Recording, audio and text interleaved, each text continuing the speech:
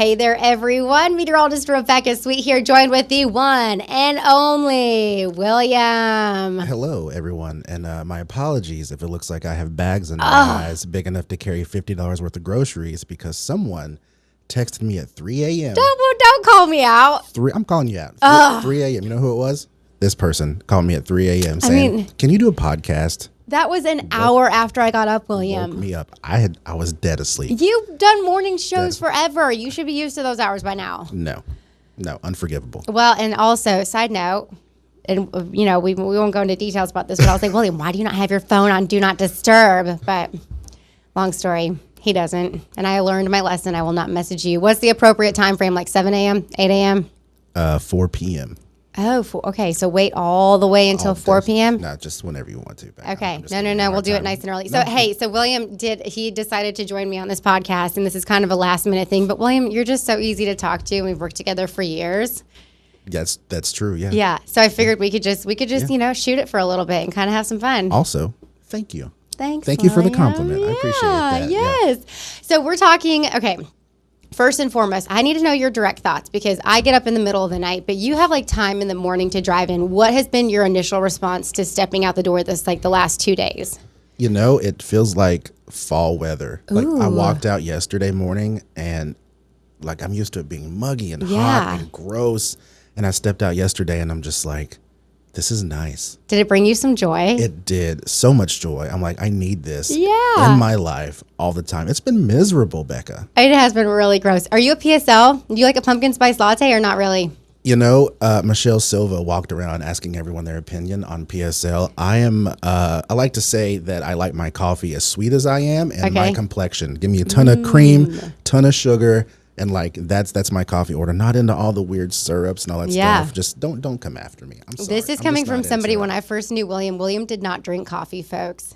Right? I feel like this is a new recent thing. It really is. And now it used to be like an everyday thing. And then like, I need to slow down. And now it's like me and my buddy go to Target to the Starbucks every Saturday. And like we get our order and that's Is that before Cracker Barrel or after? Oh, it's definitely before Cracker Barrel. Interesting. Okay. Saturday's like the big old treat day. Okay, so this is kind of the perfect PSL weather. That's what I've been telling everybody. I wish it would stay forever, William, but it's not going to be here. I mean, the rest of this week and going into the weekend, it's going to be warming up. What if I told you that the end of August, we're going to stay in the 90s, like basically almost all through next week? I feel like you just ruined the rest of my week. I know. Like it kind of hurts my heart a little bit too, but we're going to be wrapping up the month of August and going into the start of the start of September with above average temperatures, which is kind of nasty. Like, when are they going to start coming down? That's a great question, William. You know, long-range models, I know. Look at this little banter going. So long-range models actually keep temperatures above average even into the middle part of September, which is completely gross. But question for you, are you doing anything Labor Day weekend? Because that's the unofficial end of summer typically. Actually, yeah, my mother's birthday is Labor Day. It's September 7th, right? Yeah, do you and your mom just share holiday birthdays? Like you're the 4th of July, she's Labor Day? Yeah, and it's great. We took her to her first Smokies game at the new stadium for Mother's Day. Sweet. And she's like, I want to go back for my birthday. So we have seats for her birthday. We're going to go see the Smokies game. Yeah, and hopefully it's going to be hot. Becca. I know. I hate to be the bearer of bad news. It is. But long-range models do show some pretty hot temperatures. I have another question for you, William. Have you noticed lately that we've had like a little bit of fog? Did you like in your mind when you're driving into work, you're like, oh, it's kind of foggy. Have you thought about that in this last month?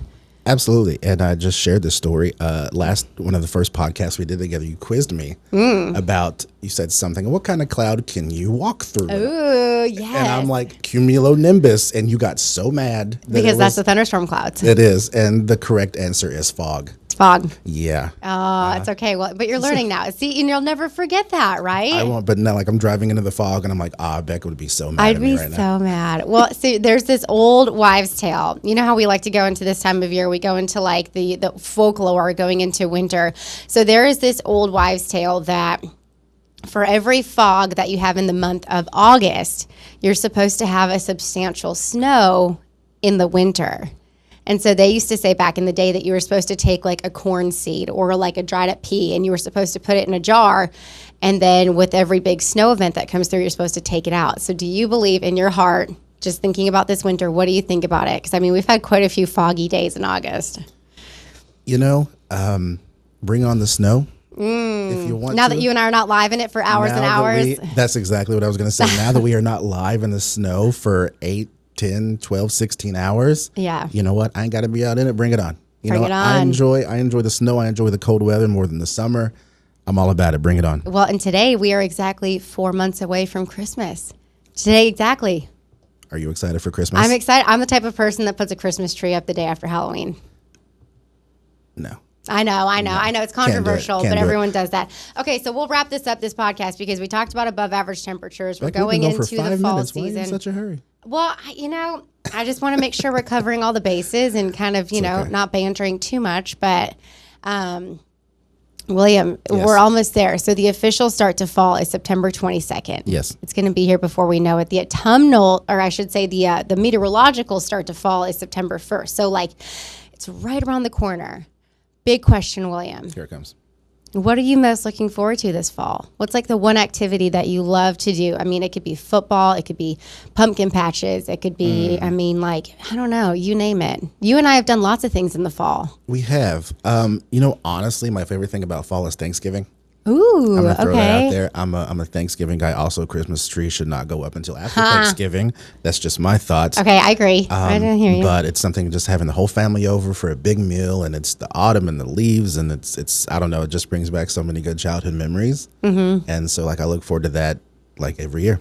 It's warm and cozy. I'd say that our family this year, now that we've expanded a little bit, we're really looking forward to pumpkin patches.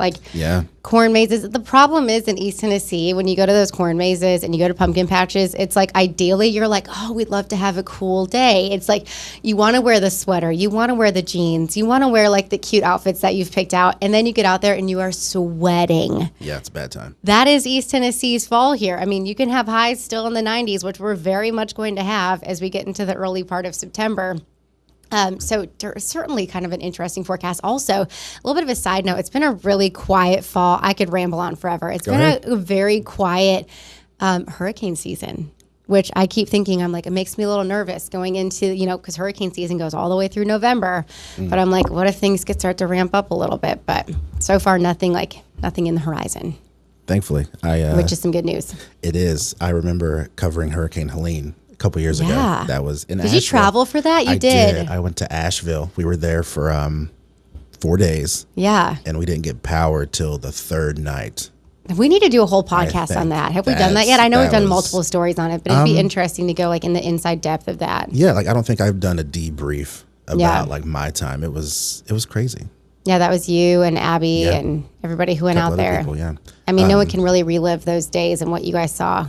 No, it was I don't know. It was seeing people in their worst moment, but then seeing the community come together is inspiring.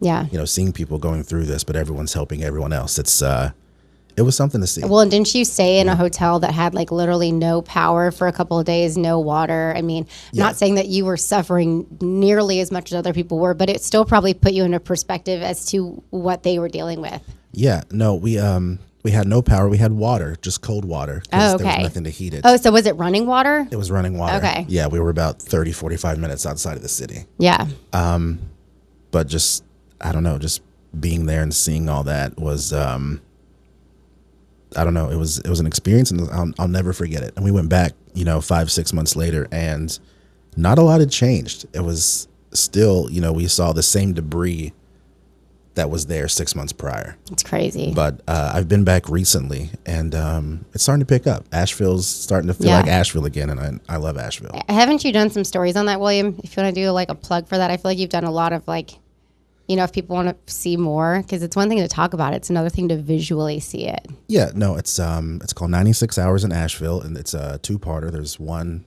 we're there 3 days after it happened, and then there's one 6 months after. It's myself and Abby Ham and a few other people, and it's it holds a special place, in my heart, at least, being there, seeing that, and then coming back 6 months later and seeing the progression, even going back up for vacation earlier this year. It was it's nice to see it being rebuilt. Yay. William, I love doing these podcasts with you. Yeah, I feel like you're just literally, He's one of those people that you could just talk to for hours about nothing. And he had no idea what any of these subjects were that I was going to bring up to him. So we appreciate you, William. And we're going to have many more coming up this week as well. So we're super excited about that. I'm just glad you didn't hit me with any, weather related questions. Nah, that's next time. I'm making a big quiz. Get ready. Pop quiz coming up. Thanks, everybody.